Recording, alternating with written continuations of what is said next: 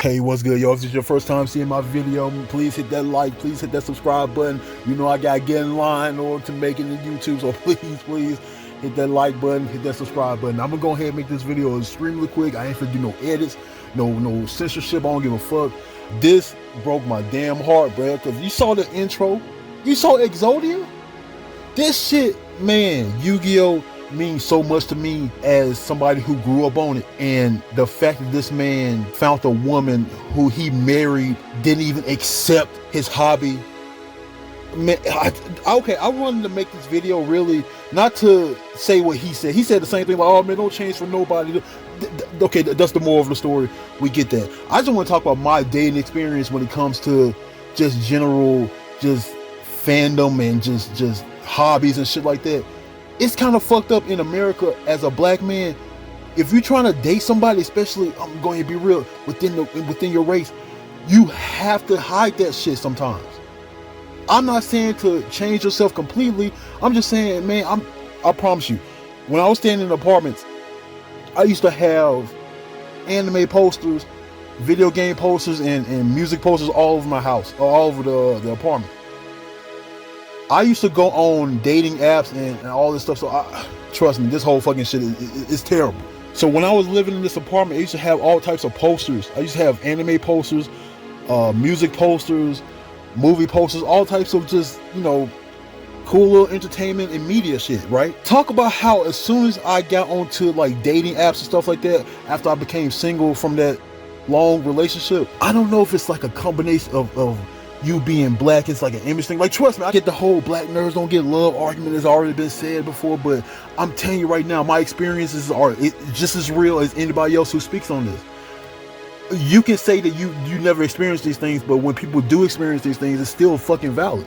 There's plenty of times where women of all races, not just black women, white women, and Hispanic women, especially where I'm at right now, I live in an area where it's mainly Hispanic and white women, so they all gave the same sentiment when it came to a black man who was more soft-spoken, who had anime shit everywhere, who had video game shit everywhere, and they just didn't like it. It's the aesthetic thing.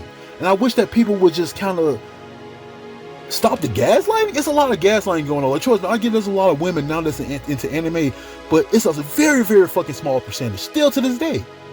To this day, there's women out there that still look at stuff like Yu-Gi-Oh cards, like children's card games and shit, or children's games, instead of looking at it as what it should be, a lifelong investment. That's a long-term investment he just fucking sold off. Because a woman told him to do that. Are you serious? Like, I'm sorry, I'm telling you right now, this is not going to be my channel. I do not want my channel to be just like gender war shit. I don't give a fuck about none of that shit. I'm just letting people know my experiences just based off of this video. This man literally got divorced because of his hobby.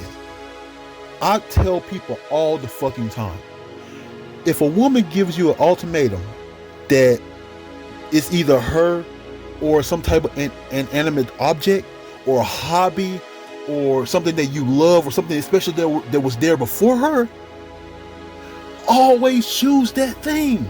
Never choose her. Never, ever choose her over whatever she's giving you a choice to, because you want to know why? That shows some type of, in my opinion, narcissism on her side.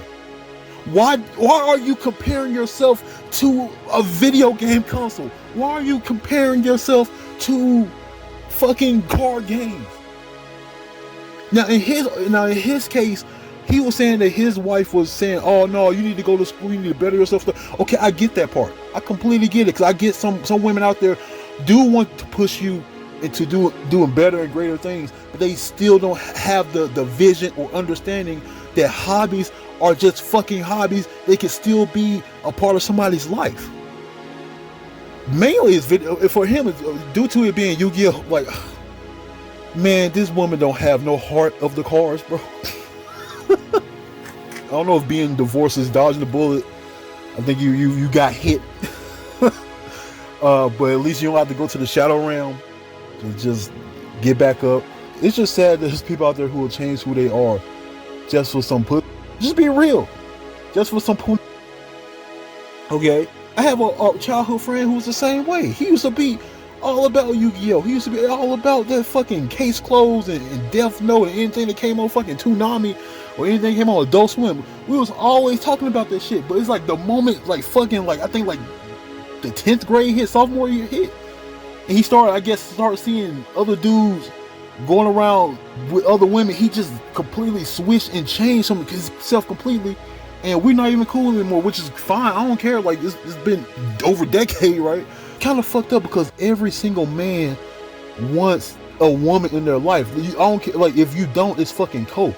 If you don't, you have a chemical imbalance in your brain that doesn't fucking work. We all thrive off of community. We all thrive off. If you just stay alone, isolated, you become a mush.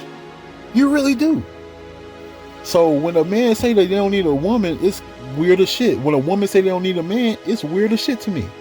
Like, I don't know, man. Like, damn. All to say, man, let the harder cards guide you, bro. I don't know, man. Believe in the harder cards, because when a woman say that she don't like Yu-Gi-Oh, she don't want Yu-Gi-Oh, should not be in your fucking life at all. Like, that should have been. That's just me though. Like I get it, man. But I get it. Trust me, because I've been there before. I've been there to where it's like, hey, I can't be single no more. I can't be sitting here by my fucking self. It's two things you're gonna do. Three things, I'm sorry. As a man, it's three things you're gonna do. You're either going to bash your head into the wall until you eventually Anthony Bourdain yourself.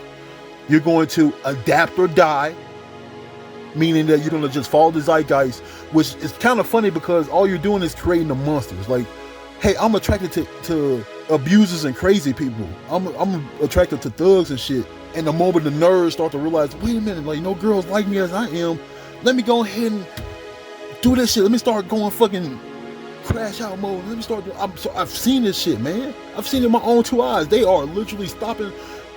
I'm talking about these folks was heading to the top of academia. These people was heading to the top of the business world. I'm talking, these people were smart growing up, and they just saw how somewhere in their teenage years they just couldn't do it no more. They just said, fuck it, I'm gonna start fucking acting like everybody else.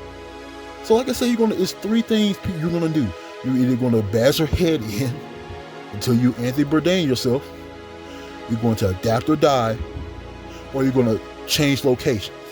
I suggest that you should change locations, but the sucky part about changing locations is, based off my experience, it seemed like that the ideal at least is pretty widespread. Like, I've lived in the South all my life. I'm currently in the West. It's no different. So when people talk about, oh man, you need to do passports, like, I know it's like a whole fucking joke of passport bros and all this shit, but at the end of the day, I hope people realize that I personally know a woman who is married to a man that she met in Australia that she brought back to America, and they are still married to this day. 12 years strong now? And she said that going to Australia and finding that man was the greatest thing she ever did.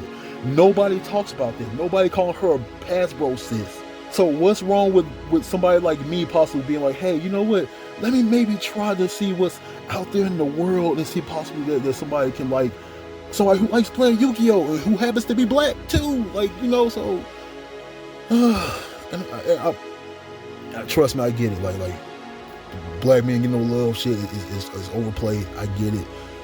I'm just giving y'all my experience, bro. That's it.